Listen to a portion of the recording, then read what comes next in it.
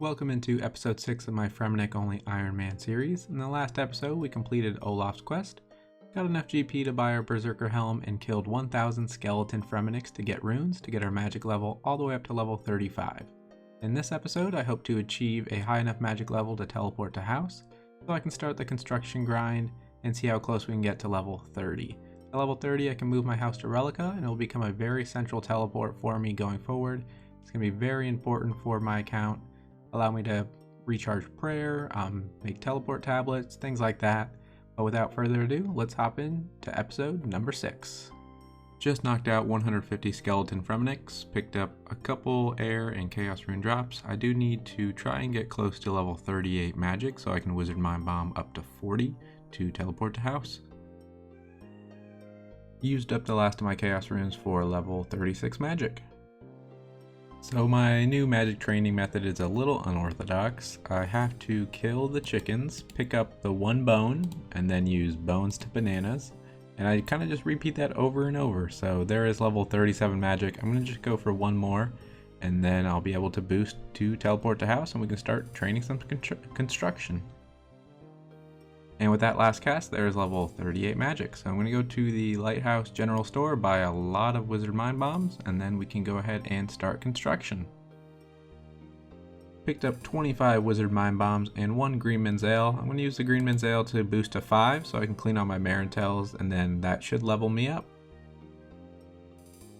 Just picked up an exam random, so we'll throw that on Slayer, and that'll get us within 34 experience, so 2 more combinations of either the lamps or the books, and we'll have level 3. As mentioned in episode 1, one of my exceptions on the account was to buy a house and pick up a saw, so I came to Virok and got a saw and bought a house. So then at level 30 is going to be our last exception for construction, which is going to be coming back to the estate agent and moving the house to Relica, but for now we'll just be teleporting there so we avoid going into Remington at all, and then we can teleport back out with our lyre. So we'll repeat that method all the way up to level 30. So until I hit level 5, I have to use iron bars to build exit portals in my player-owned house. I need to build 4 exit portals to get up to level 5, and then I can switch over to limestone, which is going to double my experience. So just to explain one of my runs, I have to fill up with 20 iron bars or limestone, and then I use my wizard mind bomb and teleport to house, and then I just use the materials and then I teleport back with my lyre. Every 2 teleports back though, I do need to recharge the lyre at the altar down in the southwest corner of Relica, so I do need to bring a raw shark in my inventory as well. So I just rinse and repeat that. So I'm going to go ahead and quickly get to level 5, and then I will change over to limestone and we'll see where we go from there. And with this last exit portal, this is going to give me level 5 construction, so I'm going to go ahead and teleport back to the blast furnace and go buy some limestone, and then we can continue training. The shop in the southern part of Kelgrim sells limestone bricks for 26 GP each. Limestone bricks offer 20 construction experience each, and decorative rocks require 5 limestone bricks, so you get 100 per rock, which is going to double the experience from the exit portals. And there we have level 6 construction and level 7, and there we have level 10 construction. The levels are just flying in right now. And there we have level 20 construction. The level 20 construction is the requirement for the Fremennik Isles quest. I got to the point in the quest where I did need to repair the bridges. So now that I got that out of the way, we can progress a little bit further into the quest. So this is why I decided to get my construction level up to level 20. Once you get level 20, you repair the bridges and then you collect taxes from everybody. And if you decide to pay Van Liga's taxes, you actually get access to her black market yak selling business or whatever. And they have yak hair at 2 GP each. So if I buy a whole inventory of that and just buy so much of that, each one of these is 25 experience in crafting. And that'll be used to get me up to level 46 crafting, so I can make yak hide armor and progress even further in the quest. But this was why I wanted to get construction up to level 20.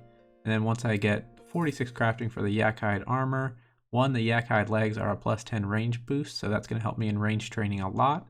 And then the yak hide armor is required to finish up the quest. And when I finish up the quest, I get 5k construction experience. So it should take me close to level like 26 or so, which is going to be very helpful because at level 30, I can move my house to Relica. In the very first inventory of yak hide, we now get level 31 crafting, and that's also going to give us 800 total level. And there we have level 35 crafting. Another big milestone coming in here, level 40 crafting, 3 more to go until we can make some yak hide. Big crafting milestone coming in here, level 43 crafting. That's going to allow us to make yak hide leg armor, which is going to be our best in slot range gear for quite some time. I do have some yak hide in the bank, so I'll go ahead and make that after this trip. Not too sure how this works. I'm pretty sure it's just 1-to-1. Let's see. Yeah, so 1-to-1, 32. I'll just make 4 of these, and then I will save the rest for the yak hide tops when I hit level 46. And there we go. Plus 10 range attack bonus, and then some very good defense bonuses as well. So these will be my best in slot for a while. I can get blue D-hide chaps from implings later on, but as I mentioned in the last video, hunting is a long way away. You're able to buy Golden Fleece from the troll from the Fremennik Trials quest, and I decided to chop down another swaying tree branch, and with that you get another lyre, and you can also enchant this one as well, so you can enchant multiple at the same time. So that will help me out a lot in not having to run back to that altar every 2 teleports to re-enchant. So I'll probably try and get maybe 13 of these or 14, just so I can enchant all of them at once, and then I'll have a lot of teleports, so I don't need to keep running back and forth so often. And after about 2200 rope, that is level 46 crafting, so I can now make the yak hide body, and now I can progress even further into Fremennik Isles. I think I can complete the quest now, and then I just need to kill that ice troll king, and that'll be it for the quest, and I get the helm of Neasnot. Back at the ice trolls, picked up another genie lamp, so we'll throw that on Slayer, and that's going to put us within 1 lamp away from level 3 Slayer. And there we have our second granite shield of the account on the ground. I don't really need to get a warrior helm, so I think I'll keep this one and not sell it. So this will be my granite shield for the account. Well, it's been a few days since my last episode, and I did pull Barbarian Assault. It was about 97% saying yeah, go for it, so here we go. I haven't done Barbarian Assault in a few years. Ever since I've been on restricted accounts, I really haven't come here, and I don't really do it that often, even when I was playing just a regular main. But I'm going to give it a shot, and it should be pretty interesting the first couple of runs. I'm going to try and get the fighter torso first, and then I'll start going to the gambles. Shout out to the first Barbarian Assault crew, Bad Ironman, Wizard, Relica Dude, and not pictured is Please No Splash. We're coming up to the end of the first game here.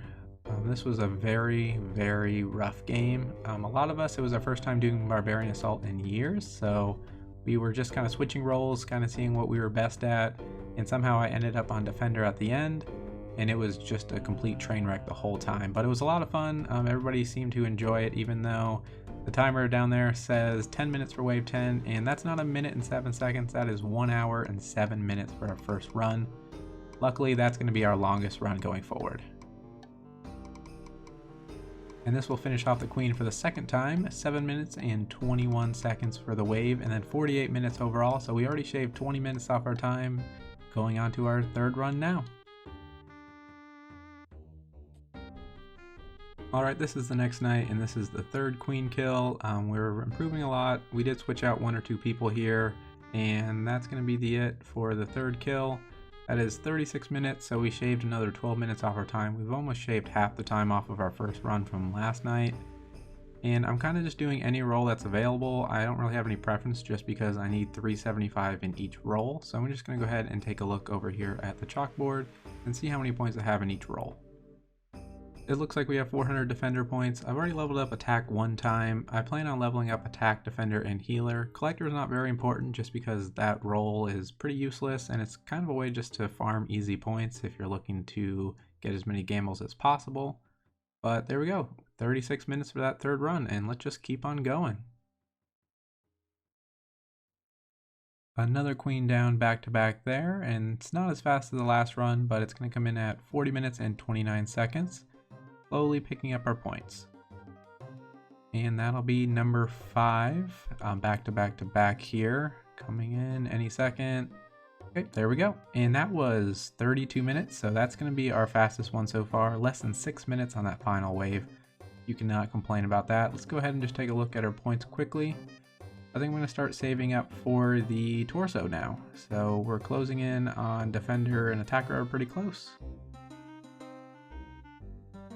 This is the next day and about 3 or 4 kills later, and after I kill this one I should have enough points in all rolls to pick up my torso. So it's 26 minutes 11 seconds. If you remember, the very first one was over an hour long. So this team has improved immensely going forward. So I should have 375 points in all rolls now, so I can finally go and get my torso. Again, if you want to do Barbarian Assault and you don't really want to try random teams, go ahead and feel free to join my CC, Solo Fremi. We do Barbarian Assault most days of the week. I'm always looking for players. I usually have about 2 or 3 core people, and then we usually add on 1 or 2. So we always have time to rotate through people. And everybody on my team has basically gotten a torso just by playing with me. They haven't done it before. And it's just a great way to get a torso, and I need the points, so I'm just going to keep going through this so I can keep doing gambles. But the torso has that +4 melee strength bonus, and then it also has some pretty decent defensive stats as well. So I'm going to be wearing this a lot, not going to be wearing the yak hide, just because the torso doesn't have any negative ranged offense as well, so that's good. Like I was just saying, here comes Wizard with his torso. He got this by just playing with us completely, no outside games or anything like that. So come on, just feel free to join in if you're looking for a torso. Okay, so I know this is dumb, but I'm going to go ahead and just do 1 high gamble before I start doing the low gambles. Get that chance at the pet. That'd be a great way to start this gambling on this account. Here we go. Torstal seeds. Well, that was a waste of 500 points. Alright, so after that fail of a high gamble, we'll now just be doing low gambles until I get what I need. The items I'm looking for from the low gambles is the lava battle staff, a rune axe, planks, any herbs are good, and then any runes as well. Everything else is kind of meh, and let's see what I get in the first one. 13 limpet roots, not too good. I can get this from hobgoblins, but it is going to be good once I get to level 10 Herbler. Second gamble coming in here. At this point, I'm just basically playing collector. A lot of people need points in other roles, so I'm just going to keep doing collector and using the points for gambles. Here we go for our second low gamble. And an identical limpet root drop. So here I have 400 points for collector, so we're going to do 2 gambles back to back here. The first one coming in, let's see what we end up getting. Unicorn horns. Again, useless, just because I can get unicorn horns from the Relica region. And here we go with the final low gamble of the night. And we get 181 maple logs. Not very useful either. One thing I really haven't done is go over the possible rewards from low gambles here at Barbarian Assault. I'm going to go ahead and throw the possible rewards on screen. It's a 1 in 32 chance to get any of the drops. Like I said, the most important ones I'm looking for are the rune axe, fire battle staff, oak planks, and then the runes, and then the herbs themselves are pretty useful. But things like the seeds, not very helpful, and that's a good chunk there. That's 6 out of the 32 total options. And then there's ores and bars, which will be helpful, but it's not my main goal. The uncut emeralds would be good, so I can make emerald bolts E later on for Dagnoth Kings. And then also the rune dagger might come in handy as well, just having a poison weapon. If you remember me from my desert series, having a poison weapon really changed the game at KQ. But there are the rewards for the low gambles. On the medium and high gambles, there's not too much I need other than maybe dragon bones on the high gambles, and then there's also sharks on there as well, but I can fish those. And then teak and mahogany planks are also going to be very important, as well as magic logs, which I can make a magic short bow at a high enough fletching level. But there are the rewards. I'll be probably going through a lot of gambles on my next episode, so get ready for a lot more Barbarian Assault. I won't I won't bother you with showing you the end of the runs. I'm just going to show you the gambles themselves, just so we can kind of speed through those. I don't want Barbarian Assault to take up too much of any more episodes. Maybe in the next episode that's going to take up a couple minutes of it, just showing you the gambles. Hopefully I get what I need, and then just periodically down the line I can go through and do more Barbarian Assault, but not in the frequency that I'm doing it now, just so I can keep staying closer to the Relica region, as Barbarian Assault is kind of on the outskirts, and I do want to start finishing up some key goals like finishing up the Fremennik Isles quest. And that's going to do it for episode 6 of my Fremennik only Ironman series. Like I mentioned in that last clip, I hope to finish up all my Barbarian Assault rewards that are key to moving on in the account in the next episode, and then we can start moving closer to Lunar Diplomacy. One other thing before the episode ends, I have got some requests for a Discord. I'm working on getting that set up, so hopefully in the next episode I can kind of share that link with you, and then we can kind of go from there. People wanted to have a place to bounce some ideas off me, as well as maybe get some Barbarian Assault groups started as well. So look out for that in the next episode, and again, thanks for watching, and if you haven't already subscribed, feel free to do that as well. Thanks.